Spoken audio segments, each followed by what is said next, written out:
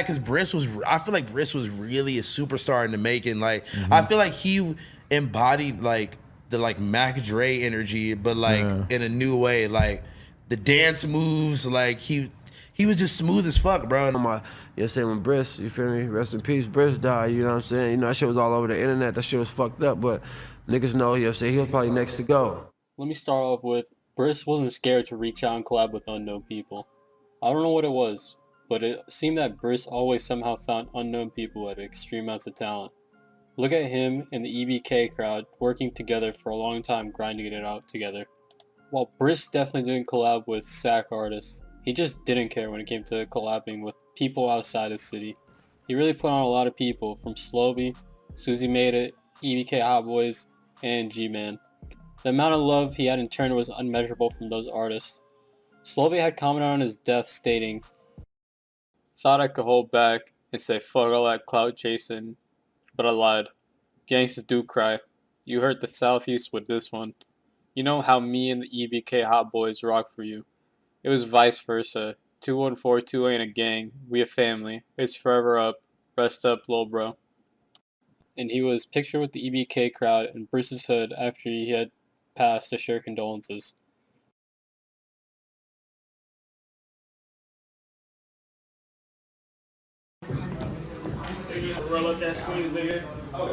Susie, who did the Need Hammy video for Bris, made a comment when Bris passed saying, "Congrats on 5 million. I owe so much to this one." Bris was solid through and through and wasn't scared to put on for other people. I don't know if you guys know this, but someone like this in NorCal, working with other artists in NorCal, is such a rare sight. Normally people just interact with their city a little bit, but not really other cities like that. Bris was trying to make a change wholeheartedly since he started popping off. Another thing Bris brought to SAC was ushering in a new wave of beats hitting NorCal, and with a new style. It's hard to describe it, but it was like a cross of SAC and Bay with a bit of SoCal sprinkle with the use of claps and a looping instrument. The 808s Bris picked, it sounded musty and infectious. It was reminiscent of some of the modern Bay Area beats people like Mike Sherm would use. While his rapping style near the end of his rap career was very reminiscent of Draco, I would say he had his own style completely. To his flow and his use of muttering mixed with rapping normally. Another thing about his style as well, other rappers were scared to do their little dance in their videos, but Bris was always doing something in his videos just trying to have fun. Like, come on, Mac Dre taught you guys, it's not soft to dance, just do it and have some fun in your videos. Talking about the beats, Mozzie already stole the sound from Bris after his passing and never gave him a bit of credit. Give it a listen.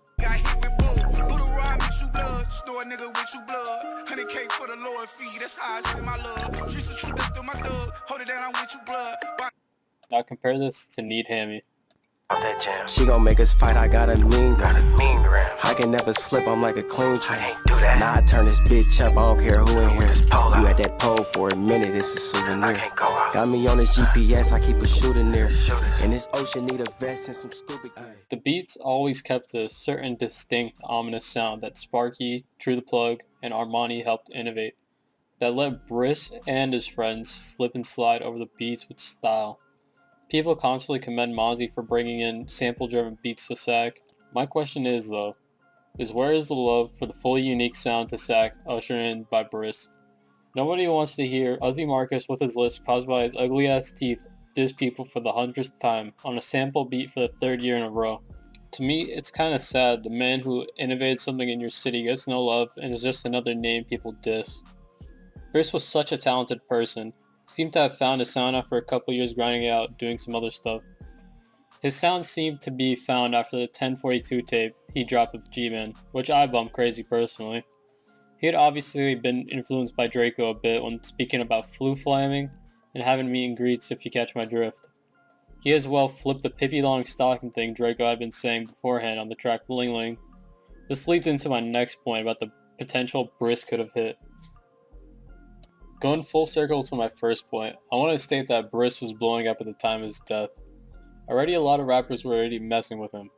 Even when he passed, he boomed crazy.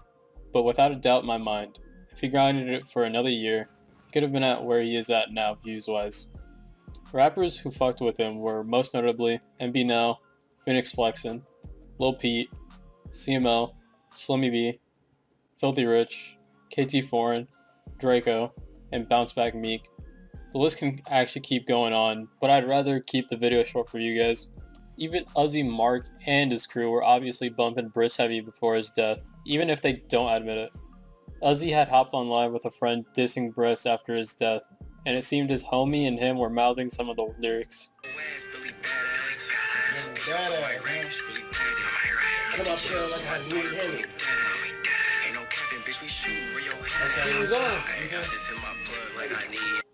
That can even tell you how hot bro was in his section. Filthy even reached out to him even though SAC was a hectic experience for him and brought him out to his hood. This isn't a small feat at all. It sincerely felt Filthy really messed with him.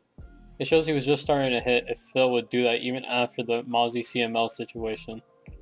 And another person who is not a rapper, Jeff Weiss, was also keeping his eyes on him. If you don't know, Jeff Weiss, he's a journalist who covers rap. That's besides the point. The real thing about Weiss is that he has a lot of good connections, and was seeking to link up Bris and Draco before Bris had passed. At that time, Draco had been releasing remixes to his top songs with star-studded casts while he was down in jail. People featured on some of those were Danny Brown, Lil Yachty, Earl Sweatshirt, GP Rico, and Bravo the Bag Chaser. Another market he definitely could have hit right on the spot instantly. Jeff said they didn't get a chance to put him on because Bris went down the time he was going to put him on. I don't know if you guys know this, but this would be such an amazing look for him.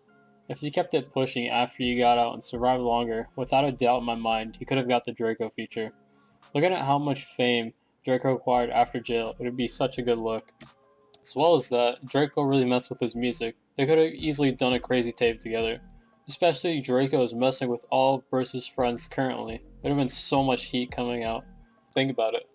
He would have been such a big thing to come out of California in general, seeing he would have the NorCal love and the SoCal love. Especially he was trending with the nonchalant delivery that the likes of Draco and Blue Bucks Clan are popping with now. But his expertise was delivering like that with a unique flow, and he had memorable, unique lyrics. Craziest part is he didn't even write, he just freestyled off top. Somebody else who had done exactly what I just spoke about was Rio the Young OG. And I know many people who had figured out about him after that song he did on the Free Draco tape. And thank you for using GTL1. Imagine if Bris established that connection to SoCal. Personally, I think he could have hit harder than Mozzie did when he started popping with how much he was down to collab and put on. He easily could have been the biggest independent rapper out in NorCal, surpassing Mozzie. If you remember all the vlogs cover Bris's death, it shows he was definitely being watched by label heads. Imagine if he popped like he did after his death. Those label heads would definitely put their focus on SAC, maybe even NorCal in general too. Bris was just getting started. Sad that he went out like he did.